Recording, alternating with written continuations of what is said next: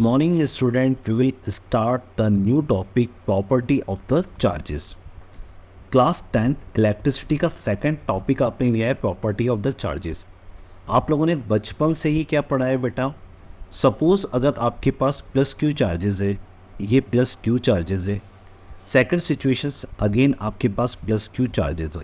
First वाले को first मान लिया, सेकंड वाले को सेकंड। तो दोनों सेम नेचर के चार्जेस हैं, तो इट मीन्स आपस में क्या करेंगे बेटा? रिपल करेंगे। Clear? As it is same situations, आपके पास अगर कोई नेगेटिव चार्जेस है, सेकंड सिचुएशंस आपके पास नेगेटिव चार्जेस है, तो दोनों आपस में क्या करेंगे बेटा? रिपल करेंगे। क्लियर?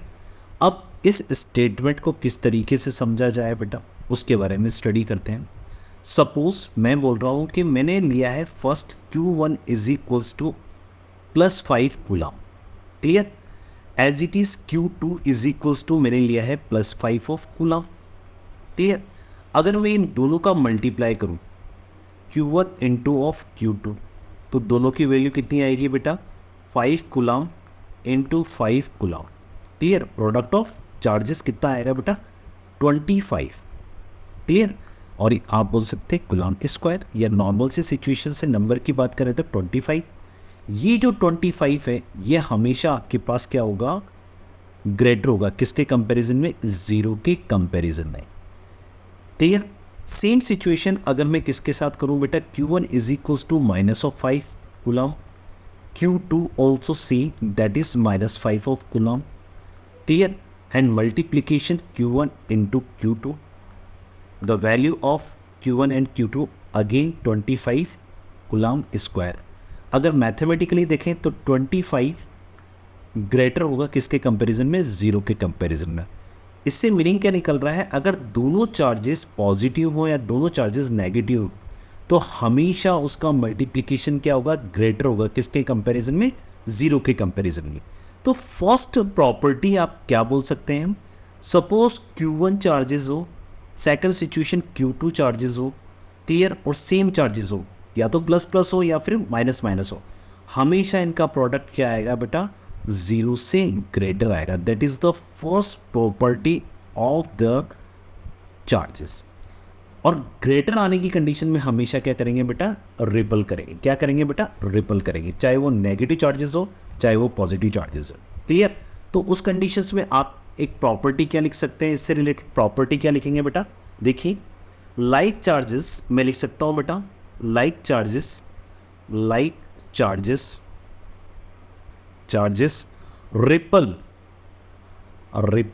Each other. तो ये आपके पास क्या होगा? First property, like charges ripple each other. Any doubt? I think अगर डाउट हो तो आप मुझसे पूछ सकते हैं। क्लियर? तो फर्स्ट केस आपके पास ये हुआ कि हमेशा सेम चार्जेस क्या करते हैं बेटा? रिपल करते हैं। That is the first concept. Second situation इसी में क्रिएट करते हैं।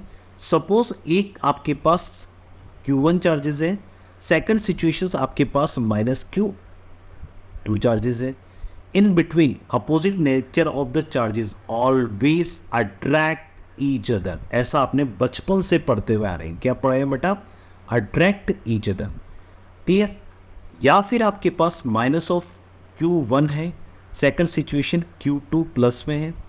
इन दोनों के बिटवीन फोर्स ऑफ अट्रैक्शंस लगेगा बेटा। क्या लगेगा? फोर्स ऑफ अट्रैक्ट, यानी कि दोनों बॉडी आपस में क्या करेंगी? अट्रैक्ट करेंगी।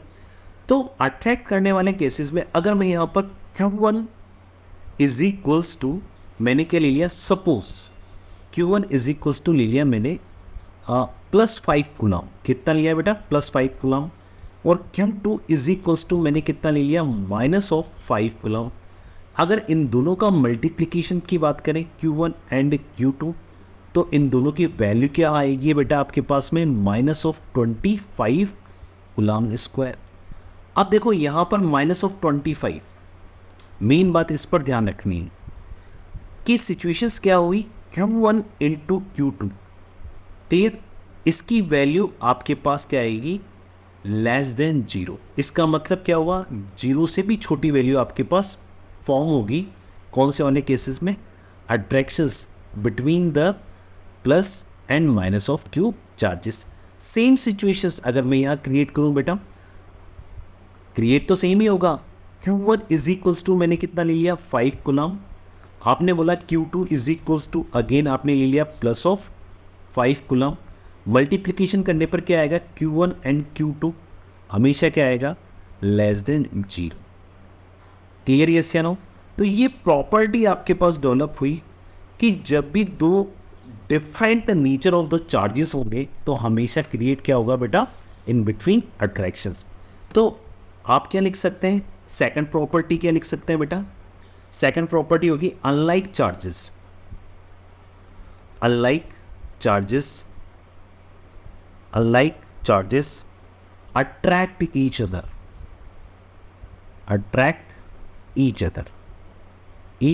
other, that is the second property। I think आपको ये समझ में आया होगा। थर्ड केस, अब आपके पास क्या रहा है बेटा थर्ड प्रॉपर्टी आपके पास होती है बेटा एडिशंस। आप लिख सकते हैं बेटा addition of the charges, additions of charge. अब एडिशन ऑफ चार्ज की बात करें तो सिंपल सिचुएशन क्या क्रिएट होती है, जिससे एल्जेब्रिक सम होता है, उसी तरीके से आप क्या कर सकते हैं इनको सम कर सकते हैं। Suppose Q1 is equals to मैंने लिया है 5 coulomb, Q2 is equals to लिया है मैंने आपके पास में अगेन 5 कूलम। तो टोटल चार्जेस कितना होगा, टोटल चार्ज किस तरीके से फाइंड आउट करेंगे बेटा Q1 प्लस Q2। क्लियर? तो टोटल चार्ज की वैल्यू कितनी आएगी आपके पास 5 कूलम प्लस 5 कूलम, कितना आ गया बेटा 10 कूलम। क्लियर? तो मीनिंग क्या निकल रहा है आपके पास क्या होगा algebraic sum between the two charges. तो so we can say that addition of the charges क्या लिख सकते हैं बेटा आपके पास, charge is simply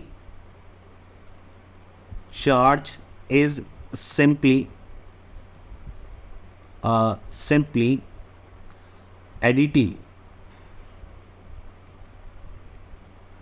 in nature। Clear?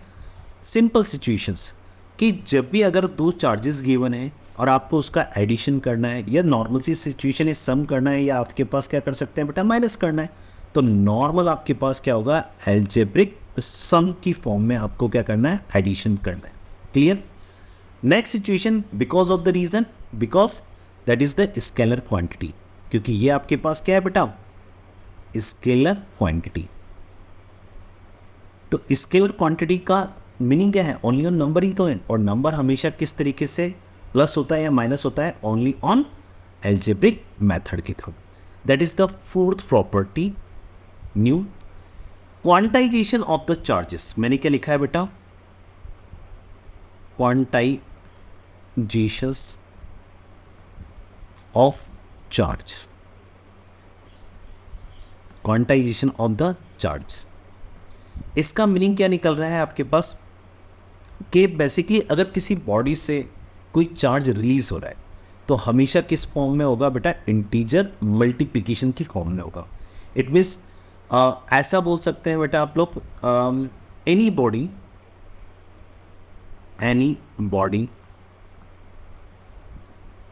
Body is always